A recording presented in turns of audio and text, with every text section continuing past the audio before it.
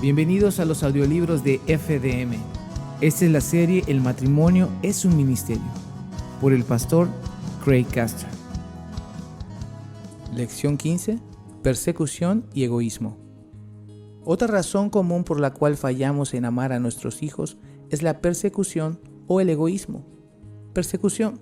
La tercera razón común por la que no amamos a nuestros hijos es la persecución u oposición. Las Escrituras nos dicen cómo responder a la oposición. Mateo 5, versículos 43 al 45. Ustedes han oído que fue dicho: amarás a tu prójimo y odiarás a tu enemigo. Pero yo les digo, amen a sus enemigos, bendigan a los que los maldicen, hagan bien a los que los odian, y oren por quienes los persiguen, para que sean ustedes hijos de su Padre que está en los cielos. ¿Qué tiene que ver amar, bendecir, hacer bien y orar por nuestros enemigos con criar a nuestros hijos? Como podrán ver, los principios enseñados en este verso tienen todo que ver con nuestra manera de pensar hacia nuestros hijos. Algunas veces pareciera que nuestros hijos son el enemigo. Sentimos como que a propósito buscan la manera de irritarnos, y aunque lo estén haciendo, Dios nos dice cómo responder. Proverbios reconoce que los hijos pueden tener un efecto negativo en nosotros. Habrá veces en las que debemos de esperar tener oposición al criar a nuestros hijos, que se sentirá como persecución. El hijo necio es el pesar de su madre, Proverbios 10:1. El hijo necio irrita a su padre y causa amargura a su madre, Proverbios 17:25. Engendrar un hijo necio es causa de pensar. Ser padre de un necio no es ninguna alegría, Proverbios 17:21. La necedad es parte del corazón juvenil, Proverbios 22:15. Este sentimiento de persecución viene cuando nuestros hijos nos retan, rehúsan a responder a nuestra corrección y entreno, rebelándose en contra de nuestra autoridad o resistiéndose a nuestro amor. A menudo actúan como nuestros enemigos y nos tratan como sus enemigos.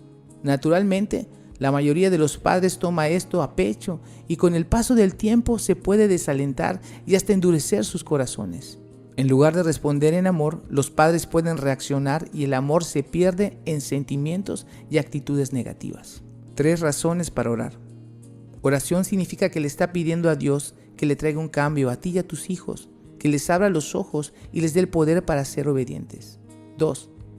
Orar significa que depende de Dios y no de su propia fuerza y sabiduría, pero estás pidiendo su sabiduría en la situación. Santiago 1, versos 5 al 8. 3. La oración cambia tu corazón. La mejor manera de cambiar tu actitud hacia el amor ágape es llevar a un niño ante el Señor en oración. Y como es un mandamiento orar y continuar orando, Dios lentamente suaviza tu corazón para que comiences a amarlo como Él lo hace. Haga esta oración.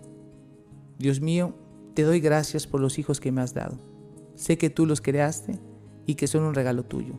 Te pido que me ayudes a amarlos de la misma manera en que tú los amas, aunque yo a veces sienta que no los quiero. Señor, necesito de tu fuerza y tu sabiduría para responder con el amor de 1 de Corintios a cada una de las oposiciones que mis hijos traerán. Ayúdame a saber cómo bendecirlos, a ser bueno con ellos. Transforma mi corazón. Y Señor, dame un corazón que desea orar por mis hijos a diario y hasta minuto a minuto. Oro que tú cambies a mis hijos de adentro para afuera y que tengan un corazón que quieran ser obedientes a tu palabra. Y mientras yo los instruyo bíblicamente, que ellos se acerquen a ti. Amén. Como padre, como ministro, esta es la manera en la que Dios quiere que le respondamos a nuestros hijos. 1 de Pedro 2, versículos 20 al 21. Pero ¿cómo pueden ustedes atribuirse mérito alguno si soportan que los maltraten por hacer el mal? En cambio, si sufren por hacer el bien, eso merece elogio delante de Dios.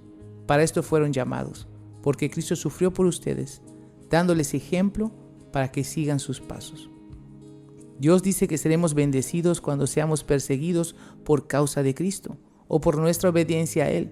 Somos mayordomos, confiados por Dios con llevar su mensaje y su plan a nuestros hijos, verbalmente y con nuestras acciones. Criar a los hijos puede incluir sufrimiento, En ocasiones es difícil, pero la palabra nos dice, si es la voluntad de Dios, es preferible sufrir por hacer el bien que por hacer el mal. Primera de Pedro 3:17. Dios nos bendecirá mientras permanezcamos constantes y fieles en obedecerlo. Somos mayordomos confiados por Dios con llevar su mensaje a nuestros hijos. Primera de Tesalonicenses 2:4. Al contrario, hablamos como hombres a quienes Dios aprobó y les confió el Evangelio. No tratamos de agradar a la gente, sino a Dios, que examina nuestro corazón. Como mayordomos de Dios sobre nuestras familias, debemos de examinar diariamente lo que motiva nuestro corazón, siendo complacer a Dios nuestro objetivo principal. Nuestra meta no debe de ser de tener éxito en lograr ser buenos padres, ni aún de criar buenos hijos, sino complacer a Dios. Mientras Él examina nuestros corazones, Dios es fiel en revelarnos lo que Él ve. Egoísmo. Finalmente, otra razón común por la que fallamos en amar es el egoísmo. Repito, 1 Corintios 13:5 nos dice que el amor no busca lo suyo, pero porque somos pecadores, somos egoístas por naturaleza y amamos condicionalmente. No nos damos cuenta de lo egoístas y condicionales que somos hasta que traemos a nuestros hijos del hospital y comenzamos a criarlos. Si no cumplen con nuestras expectativas, ¿qué hacemos? Eso sí que no. Te pasaste de la raya, chiquito. Usted reacciona. Pero Dios nos dice que no pongamos expectativas egoístas en nuestros hijos. Aunque nuestros hijos no quieran escuchar y no quieran ser entrenados, debemos educarlos fielmente sin permitir que nuestro enojo y egoísmo dicten cómo tratarlos. Quizás su primer hijo fue maravilloso, fácil, gratificante. Luego el que sigue le hace pensar que es un diablo de Tasmania y se la pasa comparándolos. ¿Por qué no puedes ser como tu hermana? Acuérdese que uno nunca será igual que el otro. Podemos hacer demandas egoístas sobre nuestros hijos. Las Escrituras nos dicen que Dios nos pone a prueba. Él examina nuestros corazones y nos muestra lo egoísta y condicionales que somos. Al contrario, hablamos como hombres a quienes Dios aprobó y les confió el Evangelio, no tratando de agradar a la gente, sino a Dios, que examina nuestro corazón. Primera de Tesalonicenses 2, verso 4. Nuestro enfoque debe de ser complacer a Dios. La prueba viene de que tenemos que decidir ser abnegados o extender el amor. Amar a otros, a nuestros hijos, es el afecto predominante en obedecer la palabra de Dios. En efecto, toda la ley se resume en un solo mandamiento. Ama a tu prójimo como a ti mismo. Gálatas 5:14. No tengan deudas pendientes con nadie, a no ser la de amarse unos a otros. De hecho, quien ama al prójimo ha cumplido la ley. Romanos 13:8. Para que esto pueda suceder, debemos de ser sometidos a Cristo. Si alguien quiere ser mi discípulo, que se niegue a sí mismo, lleve su cruz cada día y me siga. Lucas 9:23. Negarse a uno mismo y tomar su cruz significa matar a nuestras expectativas egoístas y nuestras propias maneras por las suyas, vivir por Cristo. Somos transformados a través de un proceso purificador mientras criamos a nuestros hijos. Removiendo las impurezas. El egoísmo es expulsado de nosotros así como un metal es purificado. Para que el metal pueda ser purificado debe ser colocado en unos tanques enormes con bastante calor debajo. Mientras el metal dentro de los tanques se enrojece por el calor, toda clase de basura negra, llamada escoria, comienza a subir a la superficie. La escoria es la impureza dentro del metal, la cual después se quita de la superficie para dejar el metal puro. Dios claramente hizo esto con su pueblo Israel. Note que el resultado final de la purificación es positivo. Nos da la habilidad de ofrecerle rectitud a Dios. Volveré mi mano contra ti, limpiaré tus escorias con lejía y quitaré todas tus impurezas. Isaías 1:25. Se sentará como fundidor y purificador de plata. Purificará a los levitas y los refinará como se refina el oro y a la plata. Entonces traerá el Señor ofrendas conforme a la justicia. Malaquías 3:3. Dios hace lo mismo con nosotros. Él expone circunstancias en nuestras vidas que hacen que nos enojemos. Y adivina, ¿qué es lo que sale a la superficie? nuestras impurezas. Si somos incapaces de acordarnos que Dios nos está transformando y usando a nuestros hijos para revelarnos el egoísmo de nuestro corazón, después culparemos a nuestros hijos por nuestras acciones pecaminosas. Dios quiere que entendamos y acojamos esta verdad y que tratemos con la escoria debidamente. Dios quiere tratar con su corazón. ¿Por qué? Nada hay tan engañoso como el corazón. No tiene remedio. ¿Quién puede comprenderlo? Yo, el Señor, sondeo el corazón y examino los pensamientos. Jeremías 17, versos 9 al 10. Dios quiere cambiarnos desde el interior para poder aplicarlo exteriormente y reflejarlo a Él. Dios conocía cada uno de los errores que cometeríamos cuando Él nos escogió para ser padres. Es bueno saber que Él no se disculpará con nuestros hijos por habernos escogidos como padres. Es muy importante que cada vez que fallemos como padres y nos enojemos y reaccionemos en la carne, que aceptemos la responsabilidad. Debemos acudir al Señor y decirle: Señor, lo siento, cometí un error.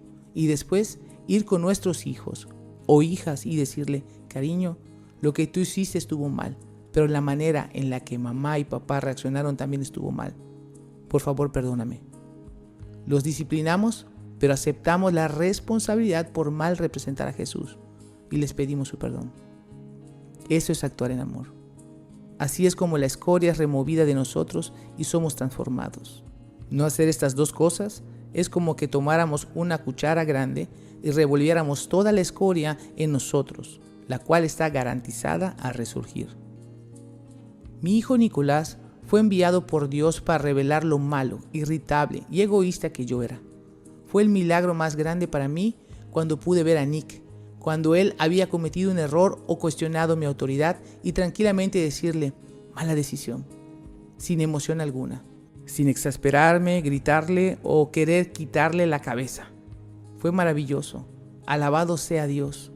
Él se está probando fiel. Yo había orado por esto y lo deseaba. Y una vez que comencé a aceptar la responsabilidad por mis fallas, fui testigo de la transformación de Dios en mí.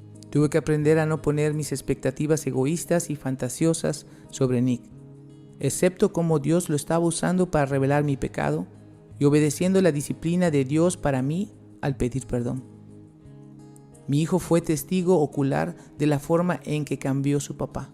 Sí, se llevó una temporada para que esto sucediera. No sucedió de la noche a la mañana.